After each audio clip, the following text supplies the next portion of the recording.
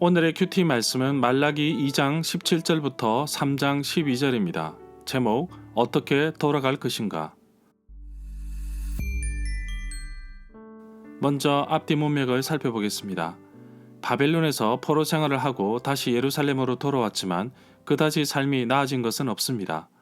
성전이 재건되고 에사르를 통해 영적인 부흥 운동도 경험했지만 먹고 살기 바빠서 여호와께 드려지는 제물도 더럽고 부정한 것을 드리기에 바빴습니다. 그럴듯한 핑계로 인해 제사장들도 이를 묵인하고 예배를 진행해 버립니다. 그러면서 하는 말이 왜 우리 예배를 받지 않으시는가 라고 합니다. 예배의 중심이 되어 예배를 섬겨야 할 제사장이 제대로 서 있지 않기 때문에 백성들도 무엇이 옳고 그름을 판단조차 하지 못하였습니다. 결혼, 이혼에 비유된 이야기에서도 유다 백성들은 여전히 우상을 섬기는 이방 사람들과 결혼하고 유다 백성들끼리는 쉽게 이혼하면서도 하나님께서 세우신 가정 제도조차 이해하지 못하면서 왜 하나님은 우리의 예배를 받지 않으시는가 라는 질문만 쏟아냅니다. 그렇다면 어떻게 여호와께로 돌아갈 것인지 말라기 3장 7절에 말씀하고 있습니다. 여호와께서 내게로 돌아오라. 그러면 여호와께서도 백성들에게 돌아가겠다고 하십니다. 우리는 언제나 하나님이 내 편이 되어 달라고 기도하는데 정말 내가 먼저 하나님 편에 서야 하지 않을까요? 무너진 성전을 재건만 하면 만사형통이 아닙니다. 모든 것이 축복과 번영으로 이어지지 않습니다. 예수님을 영접한 이후에도 꾸준히 하나님 앞에 성숙해 나가야 합니다. 문단을 나눠보겠습니다. 2장 17절부터 3장 5절은 사자를 보내시겠다는 약속, 6절부터 12절은 11조와 예물을 훔친 죄. 2장 17절에 보면 예배를 받지 않으시는 이유가 율법에 규정된 제물이 아닌 더럽고 부정한 제물을 가져왔고 또 이를 알았지만 제사장도 용인하고 예배를 진행해 버립니다. 그럼에도 불구하고 계속해서 왜 우리의 예배를 받지 않으시는가 라는 질문을 하고 있습니다. 하나님을 괴롭게 한다는 문자적인 뜻은 아무개를 지치게 한다는 뜻도 있고 아무개에게 짐이 되게 한다는 뜻도 있습니다. 백성들은 왜 하나님께서 개입하지 않으시는지 계속해서 비난하면서 하나님을 괴롭히고 있습니다. 이 구절에서 악한 일을 하는 사람을 하나님이 좋아한다고 말하고 있는데 말라기 3장 15절에 보면 지금 우리가 교만한 자가 복되다고 하며 악을 행하는 자가 번성하며 하나님을 시험하는 자가 화를 면한다고 말하고 있습니다. 왜 예배를 받지 않으시는가 말하기 앞서서 내가 먼저 올바른 예배를 드리고 있는가를 살펴보아야 할 것입니다. 3장 1절에 보면 만군의 여호와께서 말씀하셨다. 내가 내 사자를 보내어서 그가 내 앞길을 닫게 하겠다. 너희가 오랫동안 찾던 여호와가 갑자기 여호와의 성전에 이를 것이다. 너희가 바라는 언약의 사자가 이를 것이다. 이 구절은 마태복음 11장 10절에 인용되었습니다. 기록된 바 보라 내가 내 사자를 내 앞에 보내노니 그가 내 길을 내 앞에 준비하리라 하신 것이 이 사람에 대한 말씀이니라. 동일한 문맥의 내용이 마가복음 1장 2절과 누가복음 7장 27절에 기록되어 있습니다. 말라기 4장 5절에 보면 선지자 엘리야를 보내시겠다고 말씀하십니다. 여기서 엘리야는 세례 요한을 의미합니다. 말라기의 이름 뜻이 나의 사자라는 뜻을 가지고 있습니다. 이사야 40장 3절에서 예비된 사자는 말라기 4장 5절에서 엘리야이고 신약에서는 세례 요한입니다. 2절에 보면 그러나 그가 오시는 날에는 아무도 견디지 못하며 그가 나타나실 때에 아무도 살아남지 못한다. 그는 금과 은을 연단하시는 불과 같을 것이며 표백하는 잿물 비누와 같을 것이라고 말하고 있습니다. 3절에 보면 그는 은을 달구어 정년, 연단하는 정년공과 같을 것이다. 그는 자리를 잡고 앉아서 금속 전년공이 금과 은을 연단하듯이 레위 자손을 깨끗하게 할 것이다. 그러면 그들이 나 여호와께 올바른 제물을 드리게 될 것이라고 말하고 있습니다. 백성들이 더러운 떡을 여호와의 제단에 올려 드렸습니다. 그러면서도 백성들은 우리가 어떻게 주를 더럽게 하였습니까? 라고 하면서 말하였습니다. 4절에 보면 그때 여호와께서 옛날처럼 유다와 예루살렘의 제물을 받으실 것이다. 그것이 나 주 여호와를 기쁘게 할 것이라고 말하고 있습니다. 5절에 보면 만군의 여호와께서 말씀하셨다. 내가 너희를 심판하러 임할 것이라. 점치는 자에게와 가늠하는 자에게와 거짓 맹세를 하는 자에게와 일꾼의 품삯을 떼어 먹는 자와 과부와 고아를 압제하며 나그네를 억울하게 하는 자와 나를 경외하지 아니하는 자에게 속히 정언하리라. 이미 모세를 통하여 신명기 24장 17절에 이스라엘 백성들에게 명령하신 내용입니다.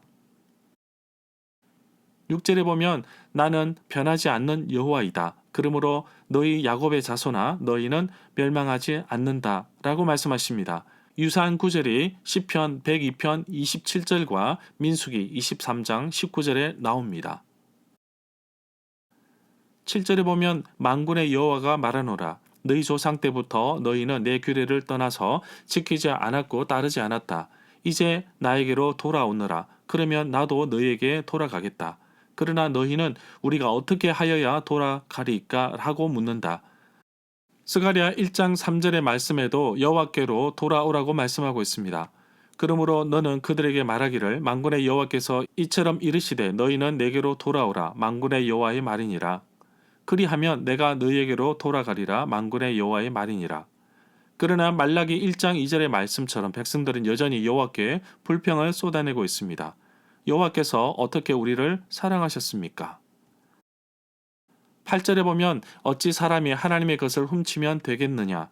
그런데도 너희는 나의 것을 훔쳤다. 너희는 우리가 언제 하나님의 것을 훔쳤습니까? 라고 되묻는구나.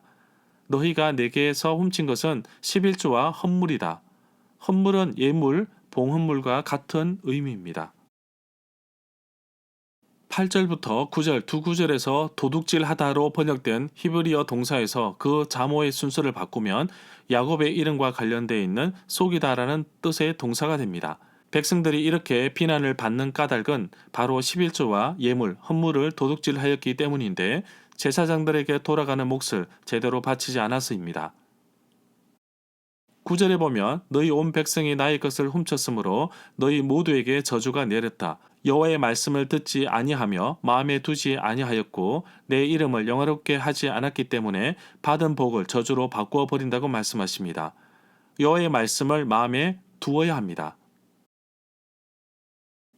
10절에 보면 만군의 여호와가 말하노라. 너희의 온전한 11조를 창고에 들여 나의 집에 양식이 있게 하여라. 그것으로 나를 시험하여라. 내가 하늘 문을 열고 너희가 쌀 공간이 넘치도록 너희에게 복을 붙지 않나 보아라. 헌금에 대하여 사도 바울도 말하고 있습니다. 고린도서 9장 6절부터 8절 말씀입니다. 이것이 곧 적게 심는 자는 적게 거두고 많이 심는 자는 많이 거둔다 하는 말이로다. 각각 그 마음으로 정한 대로 할 것이요 인색함으로나 억지로 하지 말지니 하나님은 즐겨내는 자를 사랑하시느니라. 하나님이 능히 모든 은혜를 너희에게 넘치게 하시나니 이는 너희로 모든 일에 항상 모든 것을 넉넉하여 모든 착한 일을 넘치게 하게 하려 하심이라.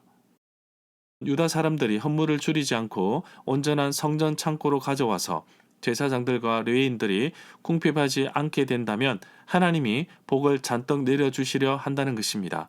여기서 복은 우선 양식이 풍성하게 생산되도록 비를 넉넉히 내려주신다는 것을 뜻하지만 또한 메뚜기, 황충이나 다른 재앙에서도 지켜주시는 것을 뜻하기도 합니다.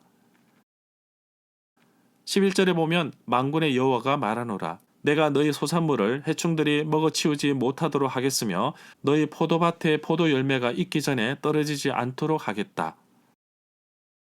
12절에 보면 너희 땅이 이처럼 비옥하여 짐으로 인해 모든 민족이 너희를 복되다고 할 것이다. 나 만군의 여호와의 말이다. 이제는 버림받은 자라 부르지 아니하고 다시는 황무지라고 부르지 않겠다고 약속하십니다. 그래서 백성들을 헵시바라고 부르며 땅을 뷸라라고 부르겠다고 하십니다. 이것은 여호와께서 기뻐하시며 마치 내 땅이 결혼한 것처럼 될 것이라고 하십니다. 절마다 상세한 설명과 구절 해석, 핵심 내용과 중심 줄거리는 네이버 블로그에 올려져 있습니다. 내게 주시는 교훈입니다. 하나님께서 사자를 보내신 다음에 직접 오시겠다고 하셨는데 그 약속이 이루어졌습니다. 말라기에서 말하는 엘리야는 세례요한으로 이 땅에 왔고 하나님의 본체이신 예수님께서 이 땅에 오셨는데 바로 약속하신 분이 예수님이십니다. 성탄절을 준비하면서 대강절, 대림절을 보내게 되는데 이 땅에 진정한 평화의 왕으로 오신 예수님을 기억하며 다시 오실 예수 그리스도를 기억하는 시간이 되어야 할 것입니다. 유다 백성들의 아주 심각한 죄를 소개하는데 바로 하나님의 훔친 것인데 11조와 헌물이었습니다. 11조는 나의 소득의 10%를 드린다고 하지만 실제로 모든 것이 하나님의 소유물입니다. 하나님의 소유물을 하나님께 드린 셈입니다. 11조는 하나님을 진정한 나의 주인으로 인정하는 신앙의 고백입니다. 물질의 주인 대신 하나님께 나의 신앙을 고백하는 것이지요. 예수님은 나를 구원하시기 위해 100% 자기 자신을 내어 드렸습니다. 소득의 11조뿐만 아니라 나의 삶 전부를 주께 드립니다. 물질의 주인 되신 하나님을 기억하며 주신 물질도 감사하게 받아들이고 또 헌금으로 드려진 물질이 하나님 나라 확장의 기쁨으로 쓰여지기를 기도합니다.